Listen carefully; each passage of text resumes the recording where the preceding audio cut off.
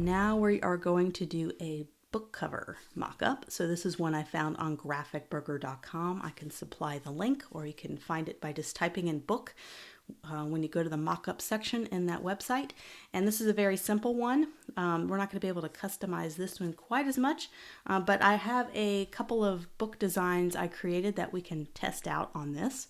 And so just like we did with the previous design, there's certain layers. There's one that has a little red toggle on and off, and you can toggle that on and off to find out what that layer changes. And so this changes the front cover right over here, and it looks like there might be another one. So here's a folder cover, and here's a folder spine. And so this one will probably change the spine of the book. So let's go ahead and go into cover, and let's go ahead and find that red layer. Toggle that on and off just to make sure. And let's double click on this smart object thumbnail, and it's going to open up that separate window. So this is where we can go ahead and add our book cover. So let's try it with the first book cover example I have. This is a book cover that I designed in a graphic design masterclass. So I'm going to use this one as an example. So this is already laid out as a final printable file with the spine, the front cover, and the back cover. So this is how a printer or a publisher will want to have your final cover of your book. So how do we adapt this to a mock-up? There's a couple things we can do. We can isolate the spine and isolate the front cover as a separate file and export it as a JPEG, and then bring it into this extra window and save it.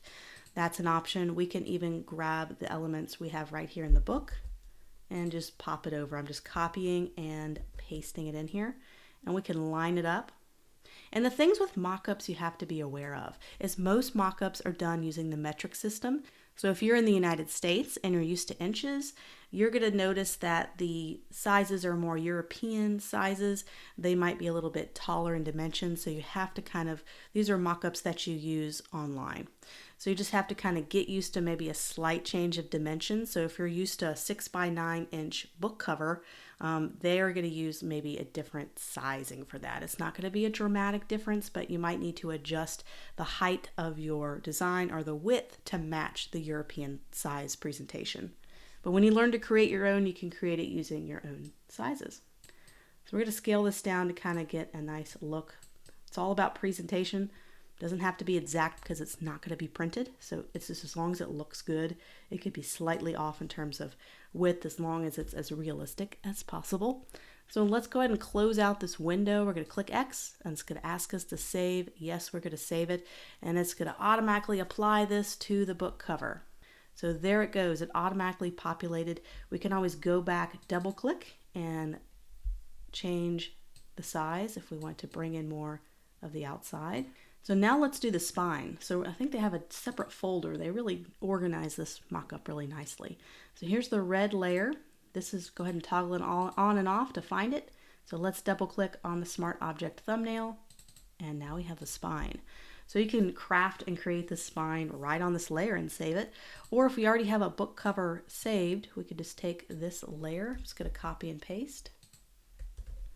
Right in here, you could just save a JPEG of your book and do the same thing. Or in this case, to make it a little easier, since it's got like all these different layers here, what I could do is I can just use the crop tool. I'm just going to crop my spine.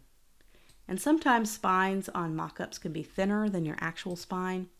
And so that's when you might have to go in and increase your spine size to match the mock-up. Mock-ups aren't going to be perfectly sized if you're getting them online. They're going to be the specific size. So what I can do now that I've cropped that, I can save this as a JPEG. And just another way to do it. So here's just a simple JPEG. I can do the same thing I did before and just drag it over or copy and paste it right in here.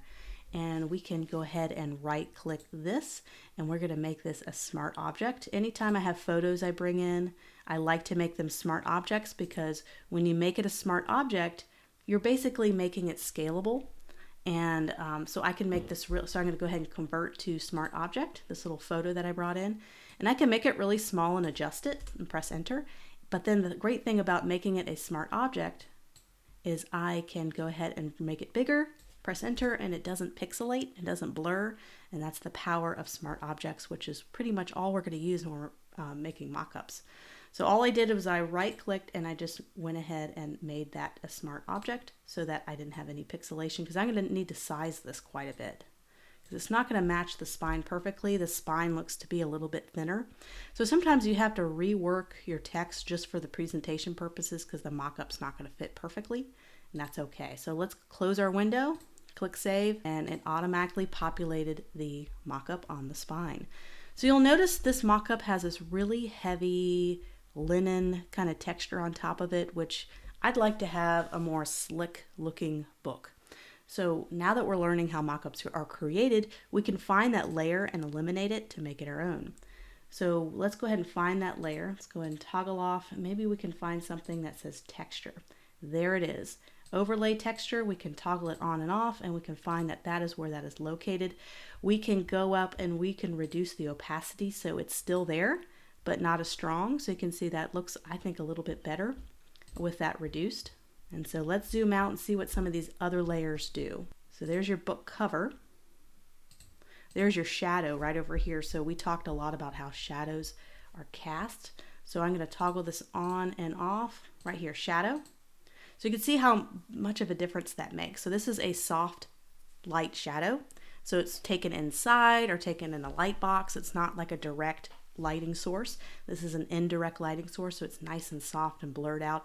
We're going to be able to create our own shadows by using the brush tool and painting them on.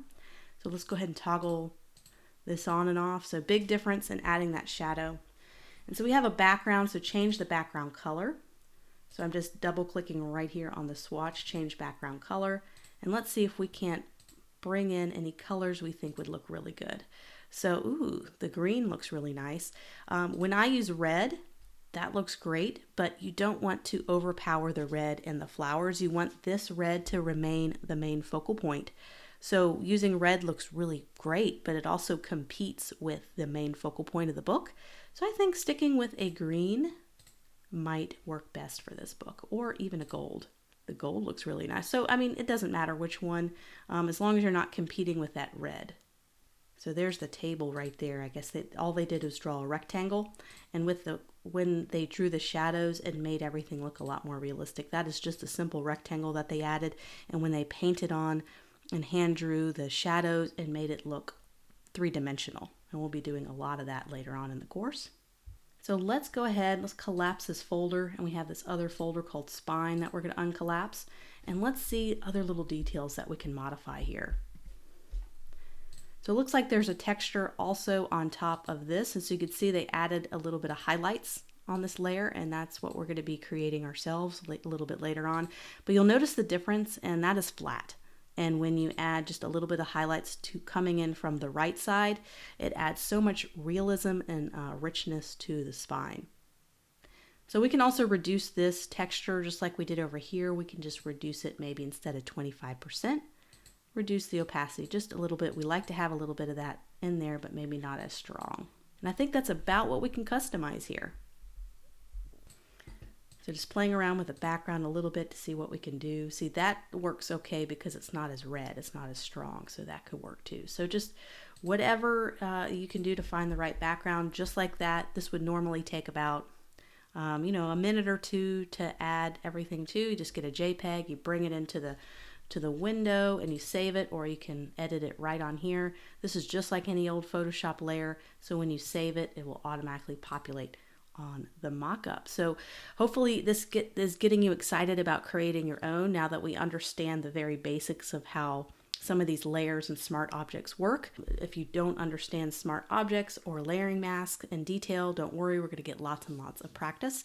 The next project we're going to kind of do our own thing now. So we're going to go ahead and do this mock-up design right here that you're seeing as a preview next. We're going to be creating everything else from scratch. We're going to be doing all this ourselves and creating our own custom mock-ups.